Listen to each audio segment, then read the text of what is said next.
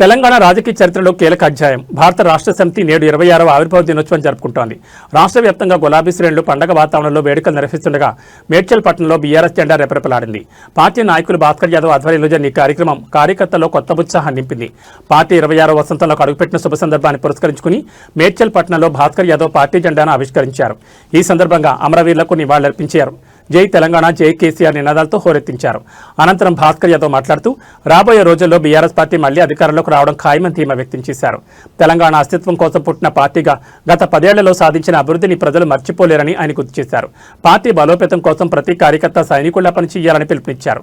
ప్రజా సమస్యలపై పోరాడుతూ ఎల్లప్పుడూ ప్రజల మధ్య ఉండాలని ఆయన కార్యకర్తలను కోరారు. 26 ఏళ్ల పోరాట ప్రస్థానం, అభివృద్ధి బాటలో తెలంగాణ నిలిపిన ఘనత బీఆర్ఎస్ది. రాబోయే కాలం మళ్లీ గులాబీదేనని మేడ్చల్ వేదికగా శ్రేణులు చాటుతున్నాయి.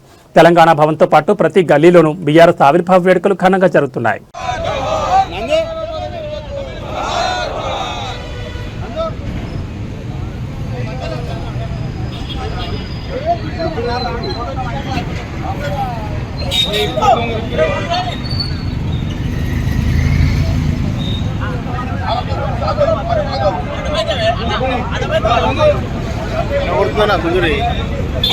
ఈరోజు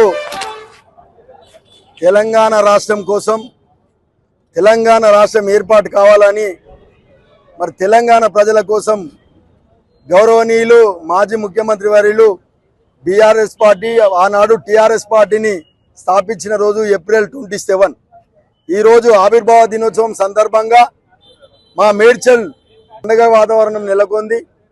రానున్న రోజుల్లో బీఆర్ఎస్ పార్టీ ఖచ్చితంగా ఈ 2 సంవత్సరాల్లో అధికారంలోకి రాబోతా ఉంది.